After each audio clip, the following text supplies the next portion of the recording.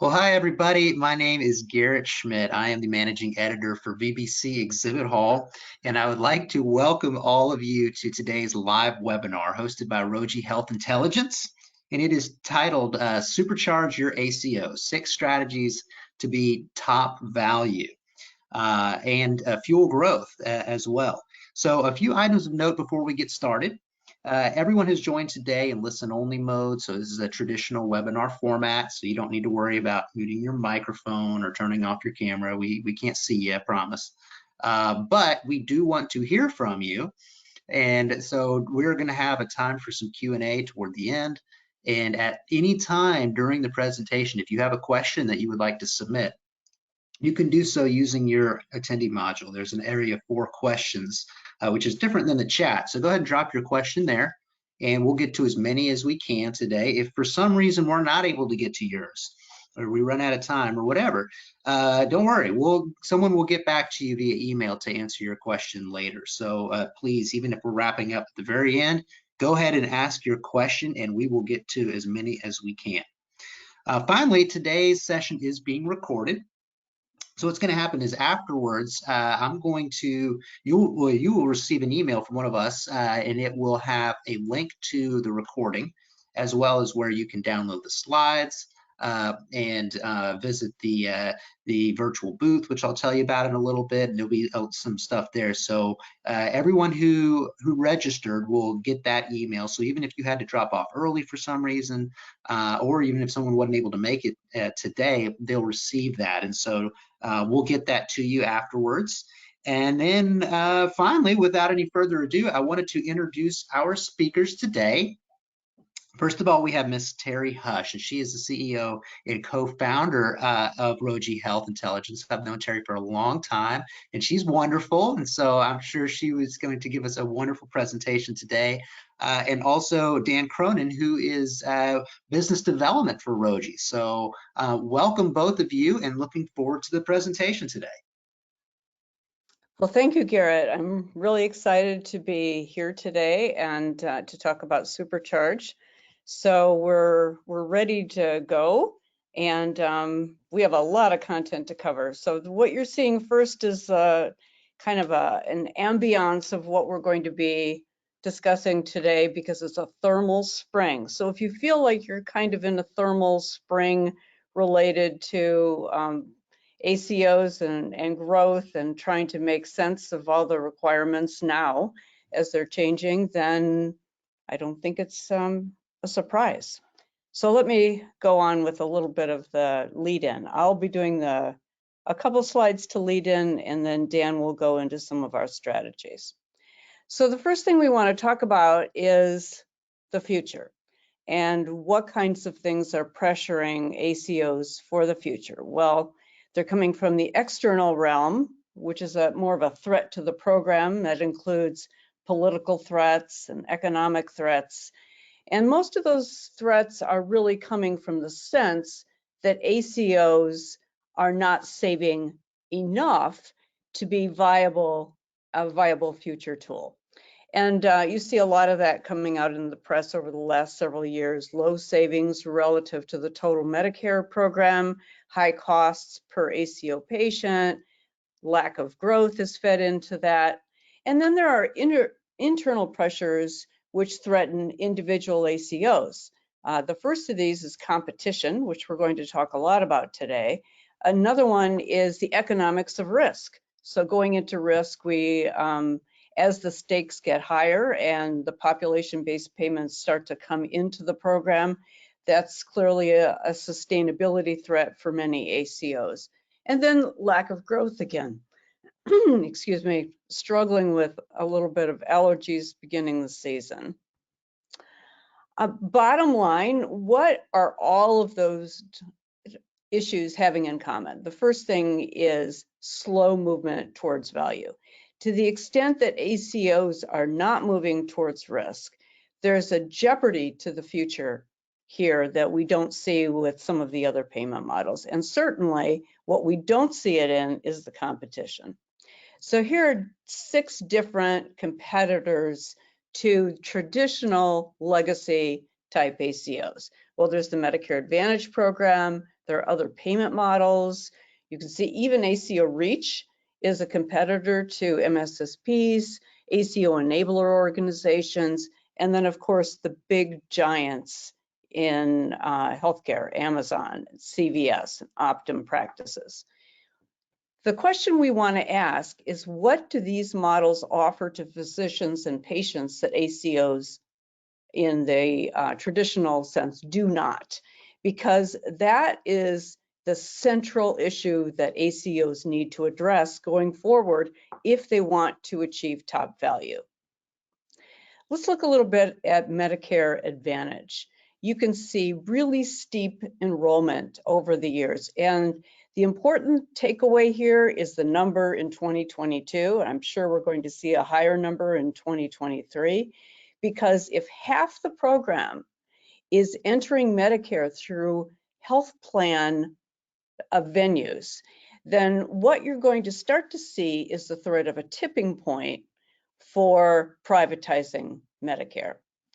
And the big advantage to patients for Medicare Advantage is obviously the price, which is cheaper, includes everything, which is a good thing.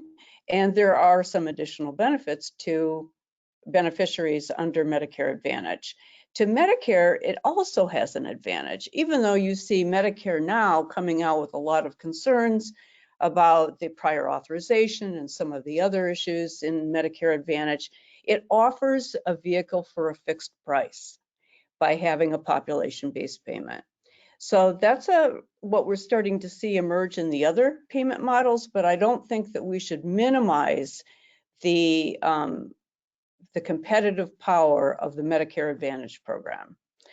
If you look at the provider competition, we also see a huge surge in corporate healthcare over the last couple of years, not only from CVS and Amazon and payers purchasing practices and Optum purchasing practices, but you see the ACO enabler organizations, some of which may be attending today, equity-backed organizations, ACO Reach, a lot of which also include corporate healthcare organizations as well. All of these have gone on to traditional provider turf, and the difference between these organizations and traditionalists is what they're bringing to the table in terms of infrastructure and assets to help their providers be successful. The CMS strategy is consistently moving towards risk. And when I say risk, I really mean population-based payments, not simply savings models. The first thing that they've said under the new administration is that we're really considering mandatory models. And I think we're going to see more of that. It will probably be coming first in the specialty arena. And it's interesting that even under the new kidney care choices, CMS has said there won't be another one. Now, it is a long-running program, but it's still not having another one really means that the next step is probably applying this kind of program to everyone. In 2022, we saw the first statement that all Medicare beneficiaries will be in accountable care relationships. And then you see ACO Reach start to go online right now with a very large component of global population-based payments. So one of the things that we're fighting is history. We have 10 years, a little bit more in the ACO arena, and the rules have changed a lot. New payment models have come and gone, new ACO models have come and gone, and so there has been somewhat of a sit and wait attitude on, well, what if we just don't do anything and something magical happens? That's the stalemate that we really fight in the ACO arena, is how to get started, how to see what we have as a threat, and how to interest our stakeholders in the investments that need to be made. And these are those kinds of investments. So we're going to focus today on 6 key strategic areas. First is the data and infrastructure. That has gotten new life under the APP reporting transition, but 2025 is still a while off, and a lot of ACOs don't understand how long it takes to get the infrastructure and the data needed to be able to pursue even minimal initiatives like APP reporting. Secondly, the initiatives to mitigate cost variation. What we've been looking at are a different kind of cost analysis and a different kind of cost strategy among ACOs. Now we need to talk about data-driven strategies to actually reduce the clinical costs of care. Targeted interventions for patients.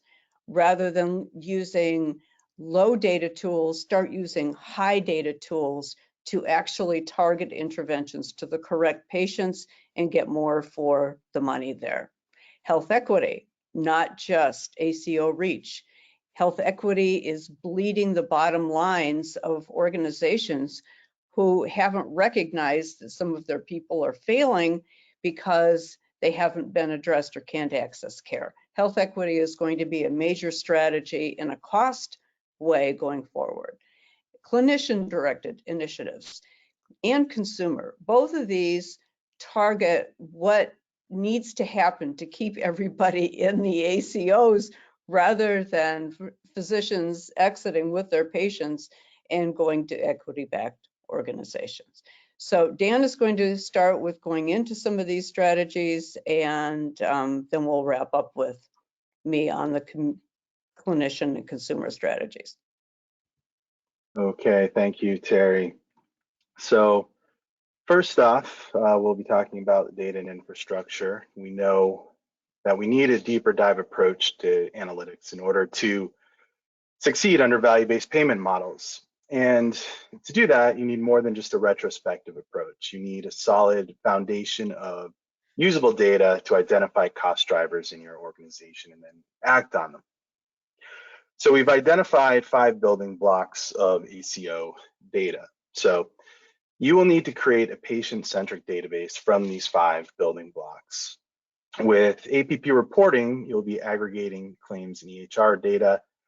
And from there, you'll be able to integrate or analyze your data from specialists, patient-reported data points, and any available SDOH data to create a bigger picture that will allow you to proactively manage costs and help improve patient outcomes. So while your claims data is obviously important because it does provide information about your patients, such as conditions or procedures that should become part of your patient's history and essential cost of care information, it is only part of the larger picture that becomes even more valuable when paired with EHR data and viewed as episodes. So EHR data, once aggregated and packaged into episodes, which we'll touch on a little bit later, can truly benefit an ACO. You need that EHR data to provide a foundation of clinical information from data types that are necessary for analyzing costs and outcomes, certainly for targeting interventions, and this is not available through claims alone. The outcome prescriptions and risk data that your EHR contains allows you to accomplish all of the points on that slide, and these will help you thrive under risk.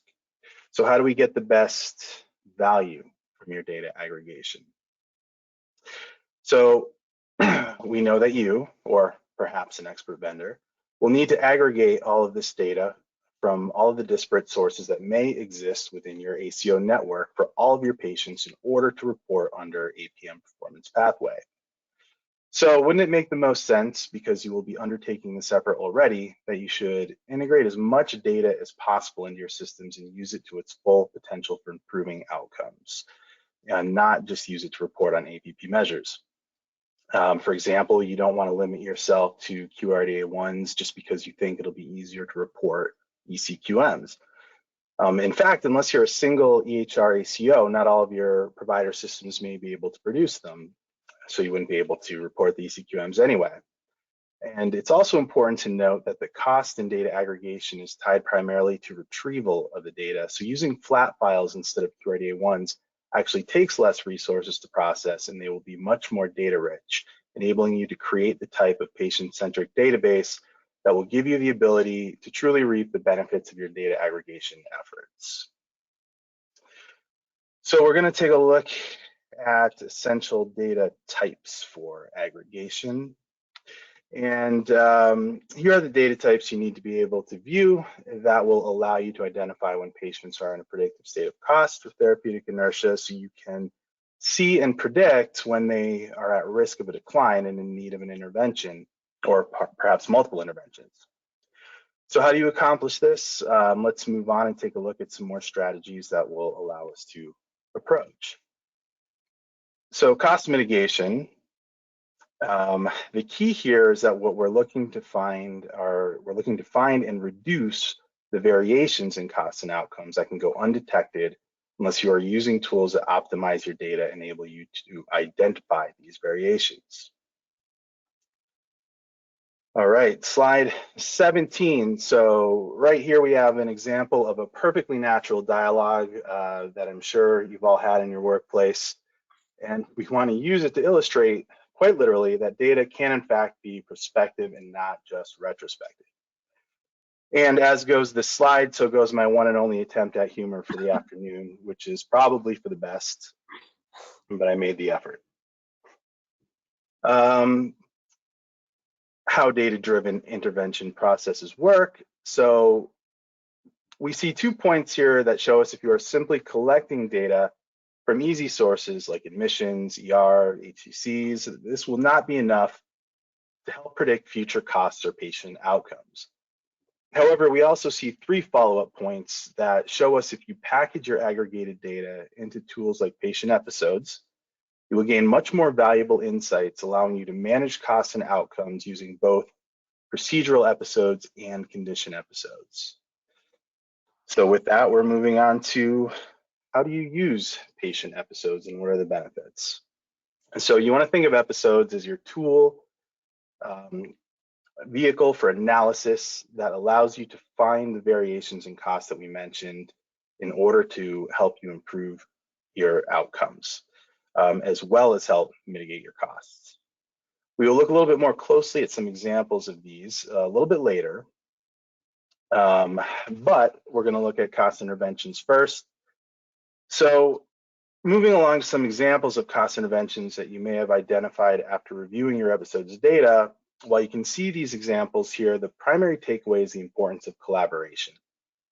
Data sharing and data transparency with specialists within the bounds of applicable laws and guidelines to ensure the data is protected, of course, will enable you to take a collaborative approach to addressing cost variations. Other ways to work with specialists, touched on a couple of these, but what I didn't mention in the previous slide is that in addition to identifying cost and outcome variations and working on these interventions, a collaborative approach can also help you build out your specialist referral network.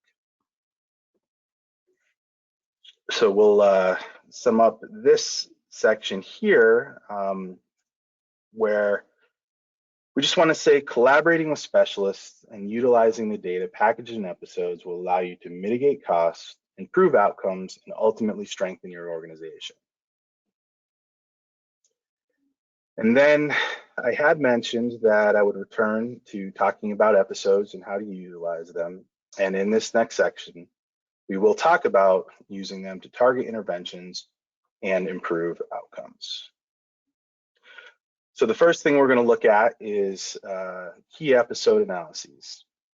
Procedural episodes package clinical services for procedures, conditions, or other treatment plans in a patient and time delineated episode of care for identification and comparison of variations in costs and outcomes.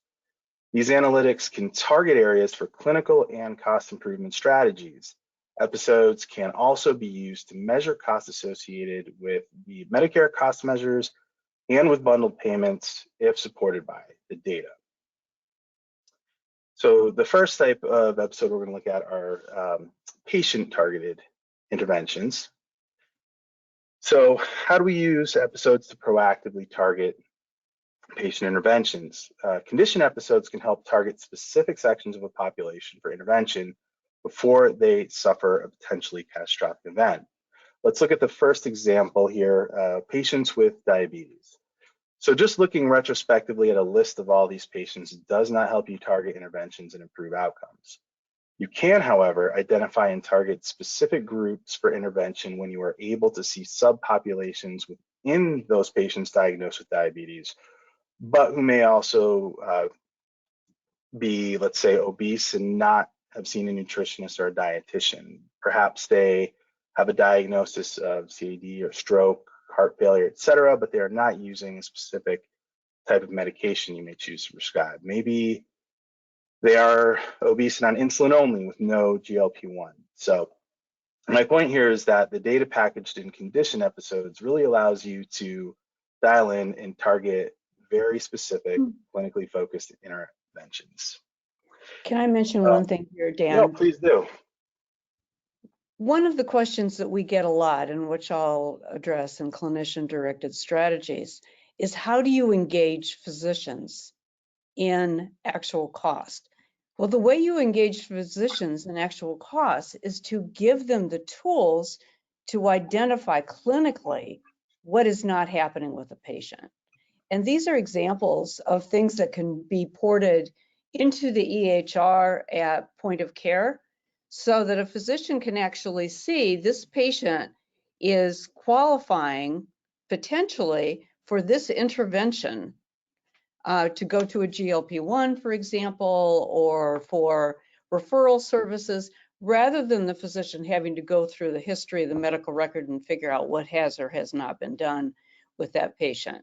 So it's a clinically focused intervention that we're looking for now, which is the maximum opportunity to actually control the cost of care itself. All right. Thank you. And just to sum that up, forgive me for the very time condensed sort of surface level view of the episodes as we were trying to move through there, but I would be happy to speak with anyone post webinar if you had any questions about it or wanted to set up a time to see what an episode could look like. Moving on, so develop a plan to address health equity. So the topic of addressing health equity, which is one of the CMS 6 pillars, could and should be a discussion topic all on its own at the very least. And addressing it will be an ongoing progress. It's going to require a lot of conversation and work, but nonetheless, a health equity plan is required for ACO REACH. So we'll take a look and see what we have to work with. So ACO REACH requiring a health equity plan.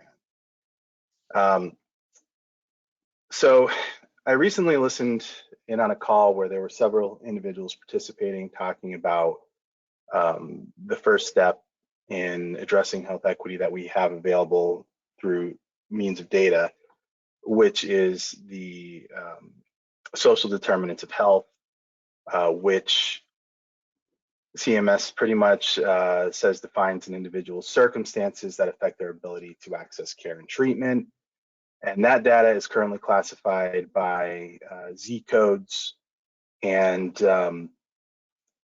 there are, I believe, 99 of them in total. I don't have the list up in front of me, but there's quite a bit. And one of the common themes that I heard that was a problem are people are having an issue with getting this information from patients accurately. So it could be staffing levels, it could be allotting time in the workflow, could be administering surveys that are not correctly capturing critical indicators like housing insecurity, down to a lack of trust from patients who may not want to give you this information that they view as very personal or private, even more so than information they may give you about their actual health.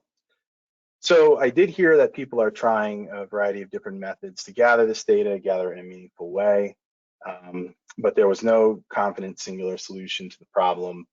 So in the meantime, there are some data-involved approaches that we can look at and see what steps we may be able to take in the right direction, hopefully identifying a path forward as we go to accurately capturing more data to fill these gaps. So there is some data available that can help us start off in the right direction here. Identifying patients who are not improving by using episodes of care that include this basic data can help you target specific interventions that may help some of these individuals. These could include collaborating with community organizations who have the resources in place to help provide outreach, aid, and so on.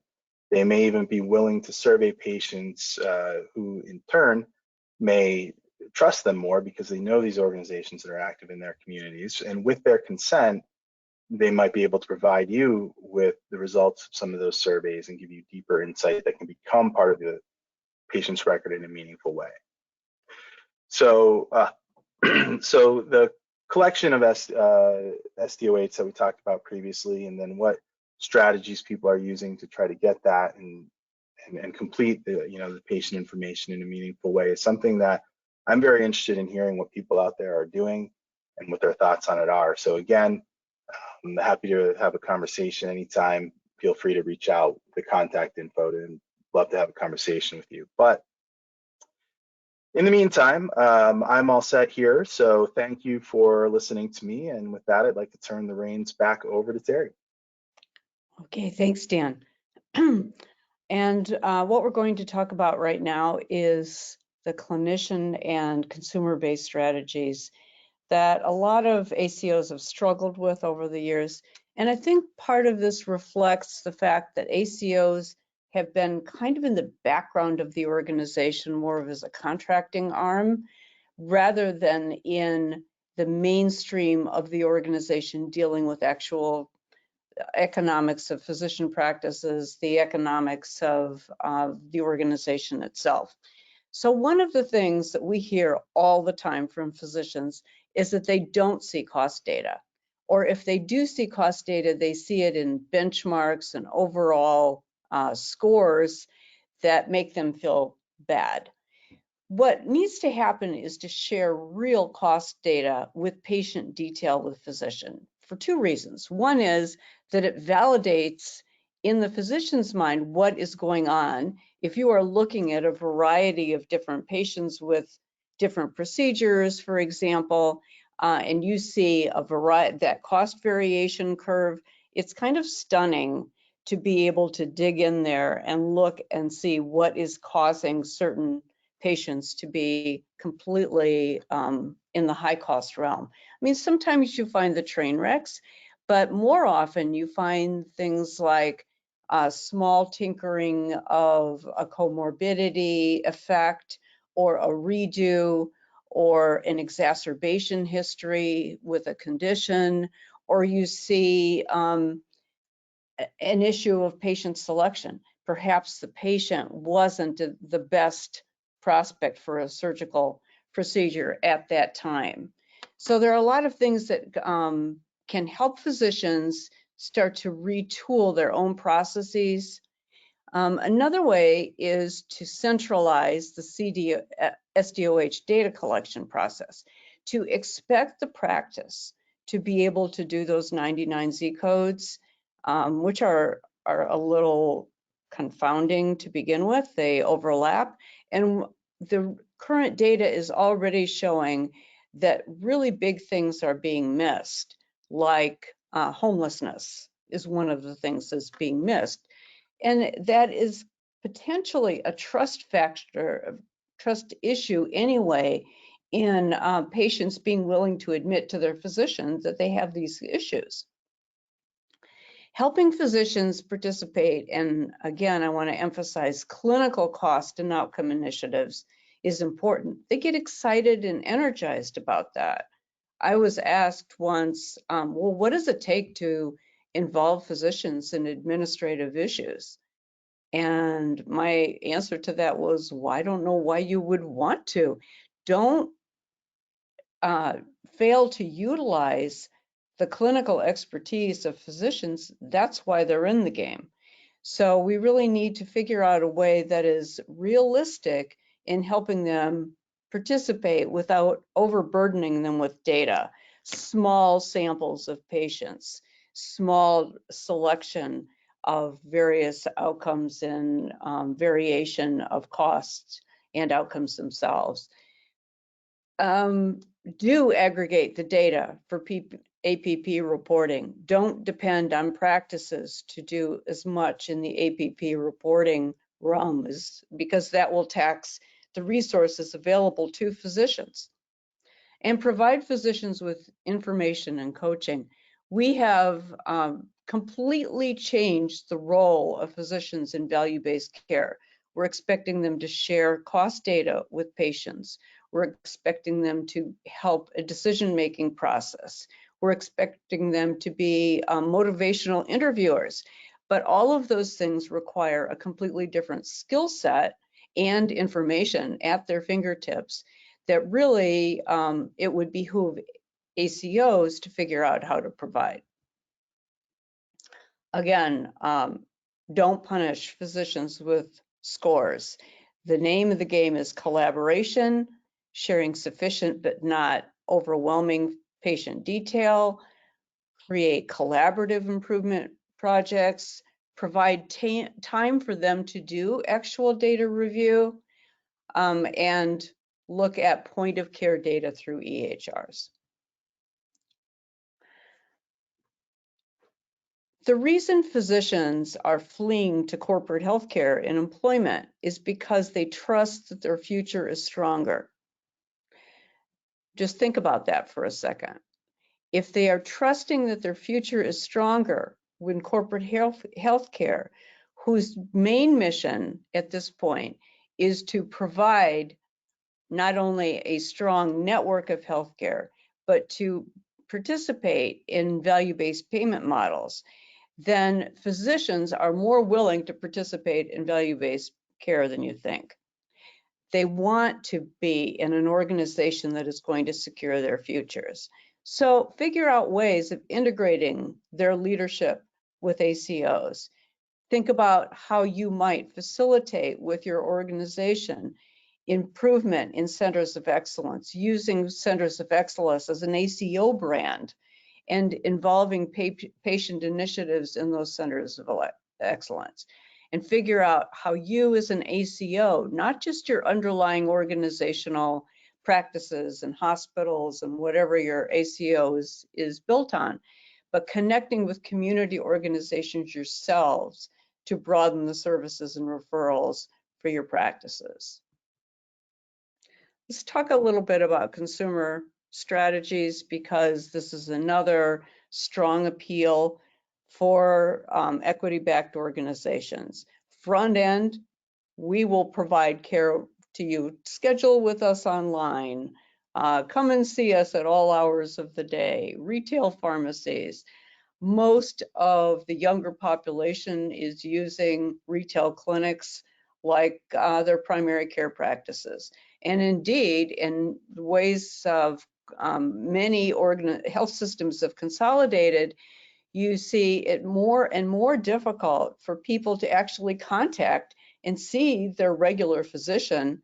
So they go to the retail clinics when they need to, and then double back with their PCP for an annual visit.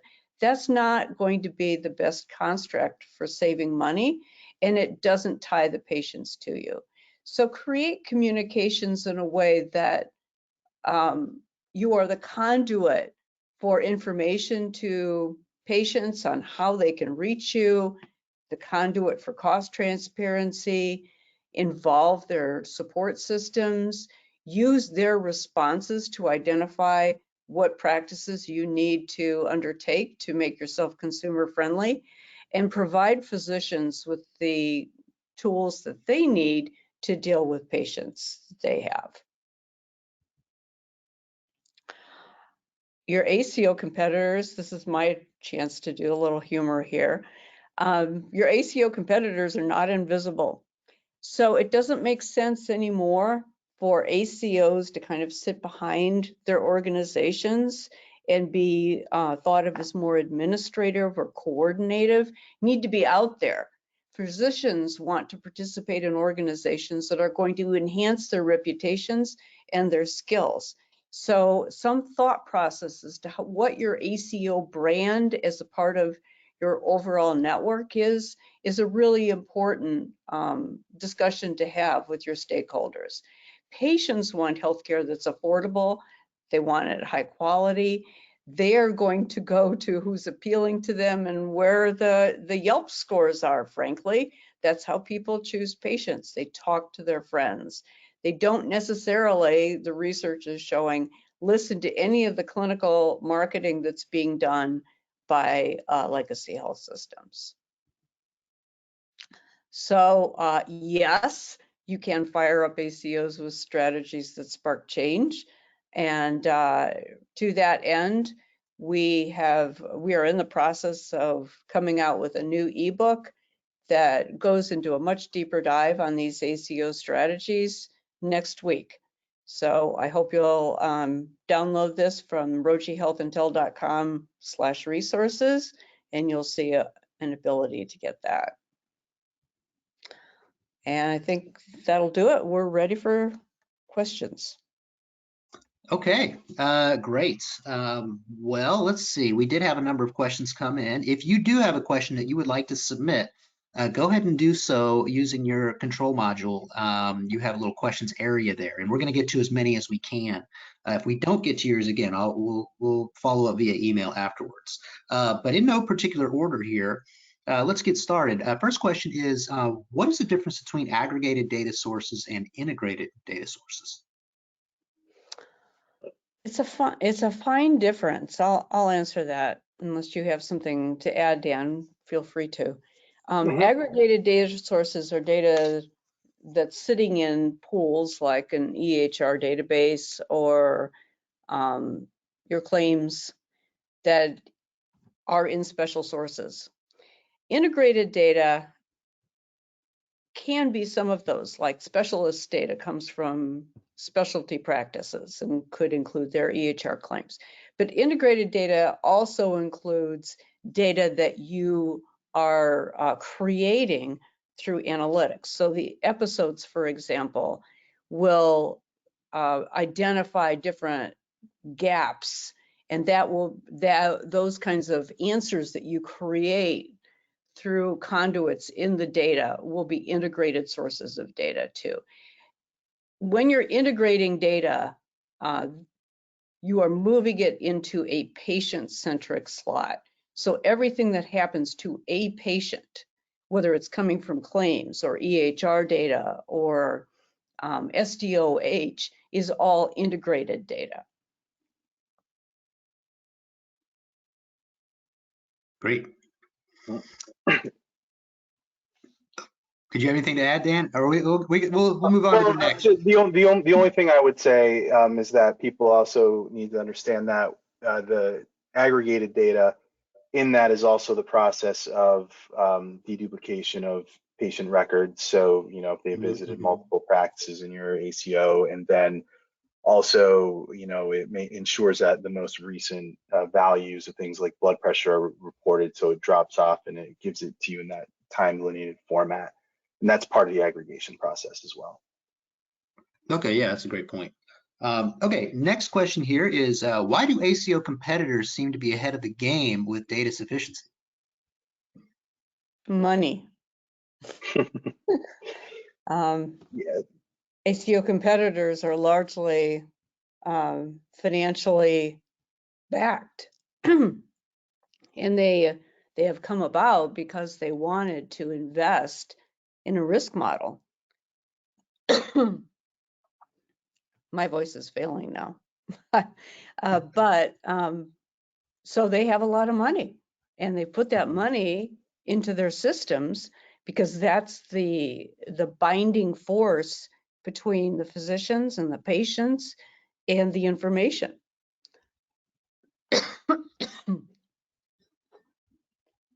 Okay.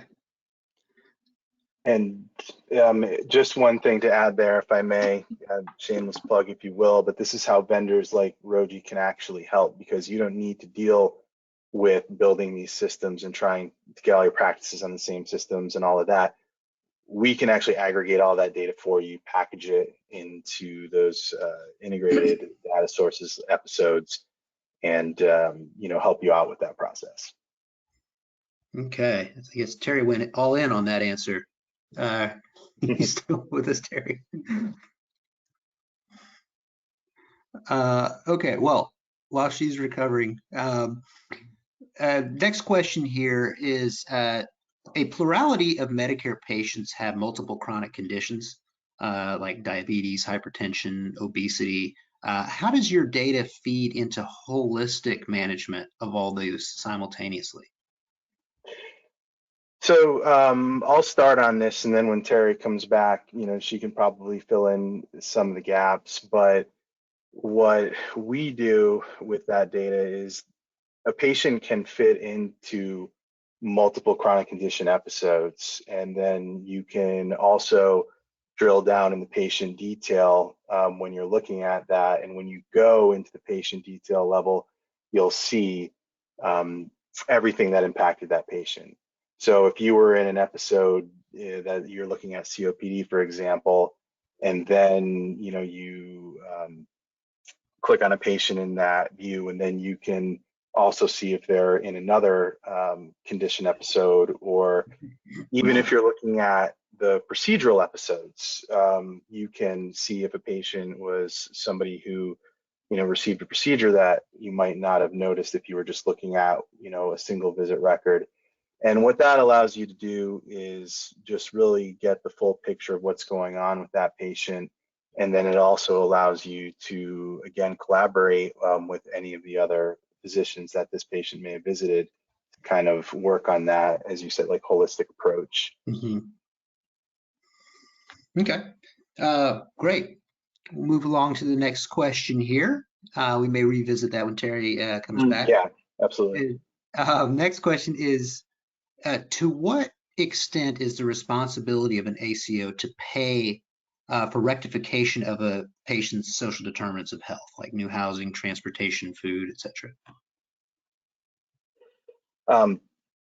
That is one that I actually would field toward Terry, because we were just talking about that a little bit earlier, because that question came up through an online source in a conversation, and I actually asked the very same thing.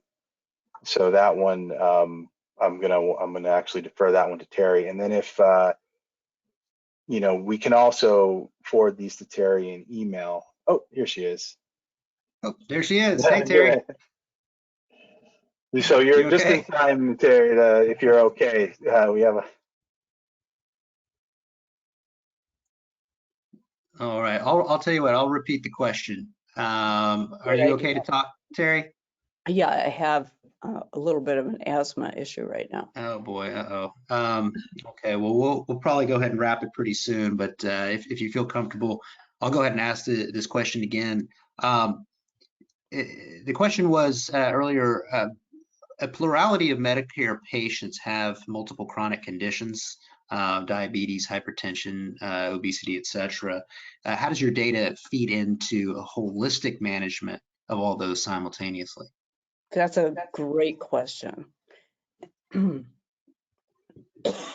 If you're able to answer it. Well, the way we do it is to create a universal episode with those conditions in it. So you need to approach the actual interventions from a patient-specific level and cover everything that would be going on with those patients, because you don't want to keep hitting the patients individually with all these conditions. So the analysis of interventions, say what should happen with an individual patient, is done by outcomes and conditions. When we look at diabetes, for example, we combine all of the different outcomes that are related to diabetes, but we also include hypertension, we include heart failure, we include kidney conditions, so that when you design the high priority issues for that patient, you can feed it into the EHR and also make sure that the patient is, all the bases are covered for these multiple conditions. So first you develop the individual units, and then you combine those when you get to the intervention stage. Gotcha. Did that answer the question? Yeah, no, I think that did, and Dan had some comments as well earlier. But let's move along to the next question here, and this is also what Dan was just referring to when you came back. To what extent is the responsibility of an ACO to pay for rectification of a patient's social determinants of health, like housing, Oh, wow. transportation, food, etc.?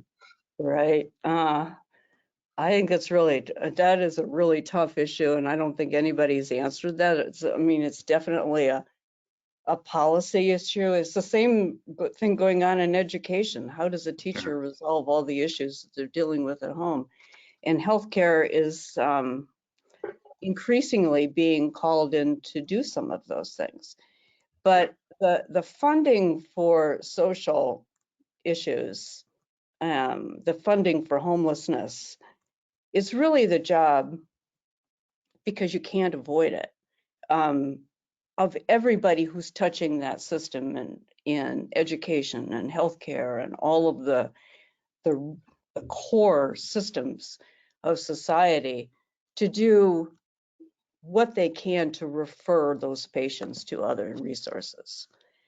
They can't solve poverty. They can't solve homelessness, but they can create a referral mechanism and develop referring organizations in the community to make that happen. And that's something that when I was Medicaid director, I did a lot of work on, was working through those kinds of support systems in the communities so that our physicians who were operating in the program had a much more holistic network that they could depend on to get patients what they needed. Yeah, I think that's you hit the nail on the head when it's community involvement, right? I mean, the ACO can't do it on its own, and it shouldn't be expected to financially. Right. We all know there's a lot of money that is being, swirling around in these different systems, but no amount of money can fix some of these problems without the community coming together, Absolutely. and a relationship between the local government and ACOs. So, and there's obviously that can be a whole webinar on its own, and it may be. We may do something like that. It could be. It could be. And Maybe when we we should. say healthcare is local, this is what we really mean. It's not just healthcare, but it's the entire support structure for that individual that's local. Yeah, absolutely. And that looks different in the country than it does in urban areas and rural. And, it's all different. So, yeah, again, I think we should come back to that, maybe have a whole webinar just on that topic. I think it'd be fascinating. But next question here, we have time for a couple more here. So if you do have a question, go ahead and send it in now. Next question is, have you found younger physicians are more receptive to the strategies you described than older? That may be a loaded question. That's a loaded question to answer. I mean, definitely you find younger physicians who are more savvy technically. I think that younger physicians they're looking for a different kind of career than older physicians once had. You don't see people forming independent practices now that they did before. Most residents coming out of training are going into existing practices, and most of them are going into employment. So I think you're looking at a completely different world than what was possible in the early days of medicine. So I don't want to say it's an age thing. I think that it's like, can young people buy a house anymore? I don't, all of these things are different now than they used to be. But definitely, I think the ability to go through data, understand technology is an asset that younger physicians have. But there's one question that drives everyone, and that is, how can I do what's right clinically for this patient? And I think that is the thread we're trying to follow here. What is the right clinical path for physicians? Physicians are frustrated, young and old, because they can't spend enough time with patients and because they can't do enough. And they feel hurt by having to stick to quotas and all of the other things that, that fee-for-service has both enabled to happen and also made them kind of lose their political power. So a difficult thing to turn around, and difficult answers for physicians right now. Yeah, indeed. Okay, next question here is, what are some of your tactics to engage physicians with ACO strategies? Well, these episodes are a big one. That's why we did it.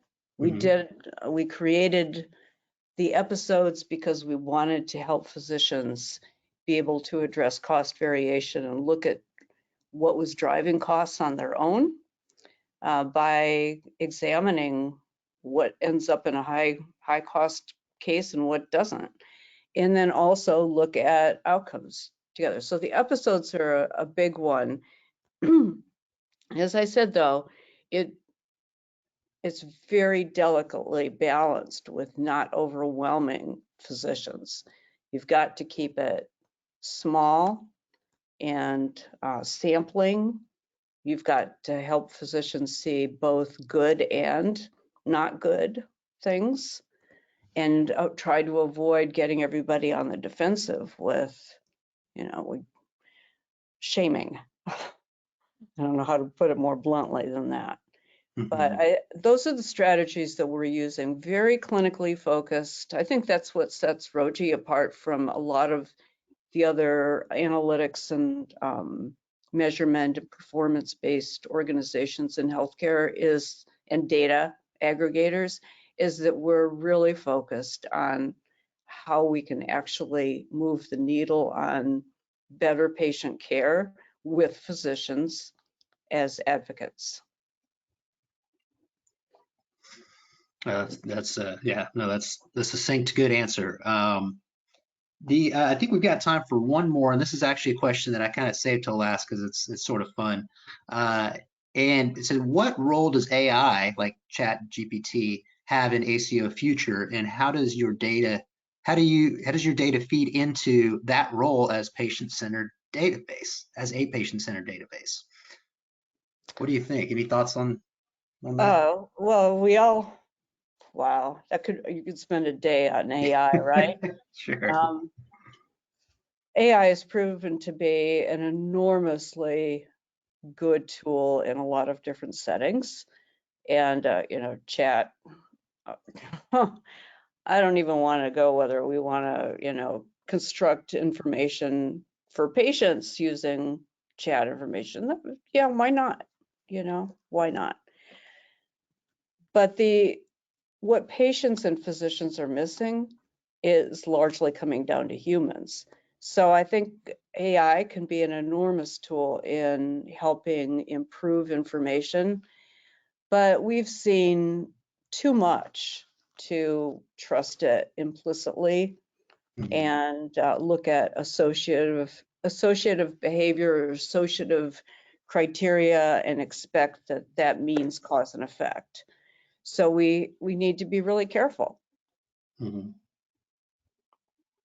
Yeah, I've been amazed going to these conferences recently, and I've been for the last 5 years or more, and increasingly so. It's almost like an explosion over the last year. There's so many new AI vendors, and there's some pretty impressive stuff. A lot of it has to do with is used for predictive modeling, right? Is pre-stratifying risk.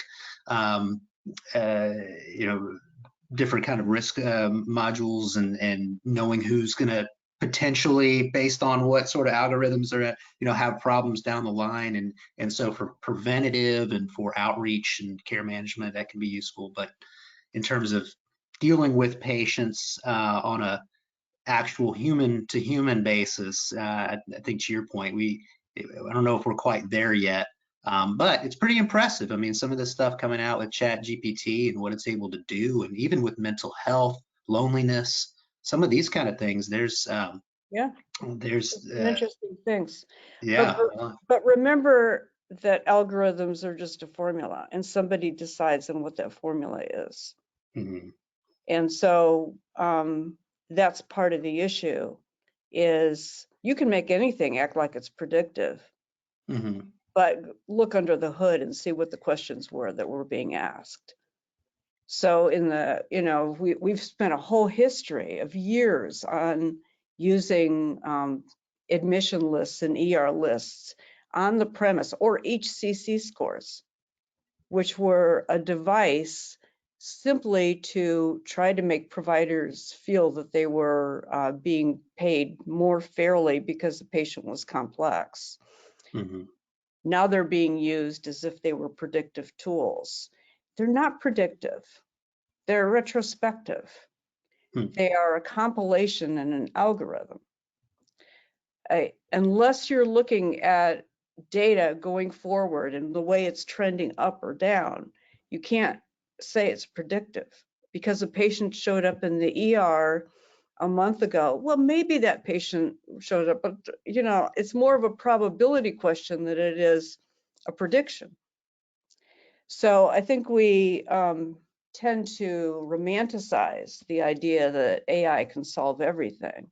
It's in the algorithms, and we need, like every good analysis, to look at the algorithms and decide what really is based on real evidence and what isn't. Yeah, it's a tool to be Yeah. used among other Yeah. things. We're not quite at When minority AI report starts level yet, but developing, yeah, when AI comes up with diet recommendations that are good for everybody, then I'll believe it. all right. And Well, I'm not slamming AI, because I think, in imaging, it's nothing short of miraculous what AI has accomplished, and in a lot of other areas too. But we've got to get off the gut association in algorithms that create questions in a lot of these. yeah, agree. Well, it'll be exciting one way or the other to see how it progresses, and a little scary as well. So, with that in mind, we got to wrap. Unfortunately, we are out of time. So, thank you so much, Terry and Dan, for your presentation today. This was truly enjoyable. As we close out here, I wanted to encourage everyone on the call today to go to VBC Exhibit Hall and check out the Roji Health Intelligence virtual booth there. There's a little picture of it there. You can go and interact with the team, do a little deeper dive in kind of what they're doing in the value-based care space. There's a lot of neat resources there. Also at VBC Exhibit Hall is where the webinar today will be archived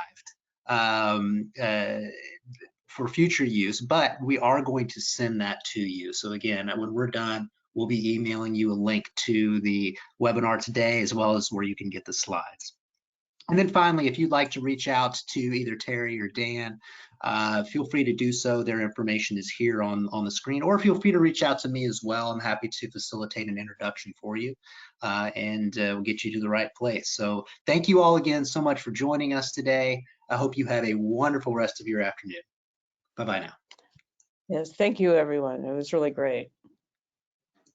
Thank you.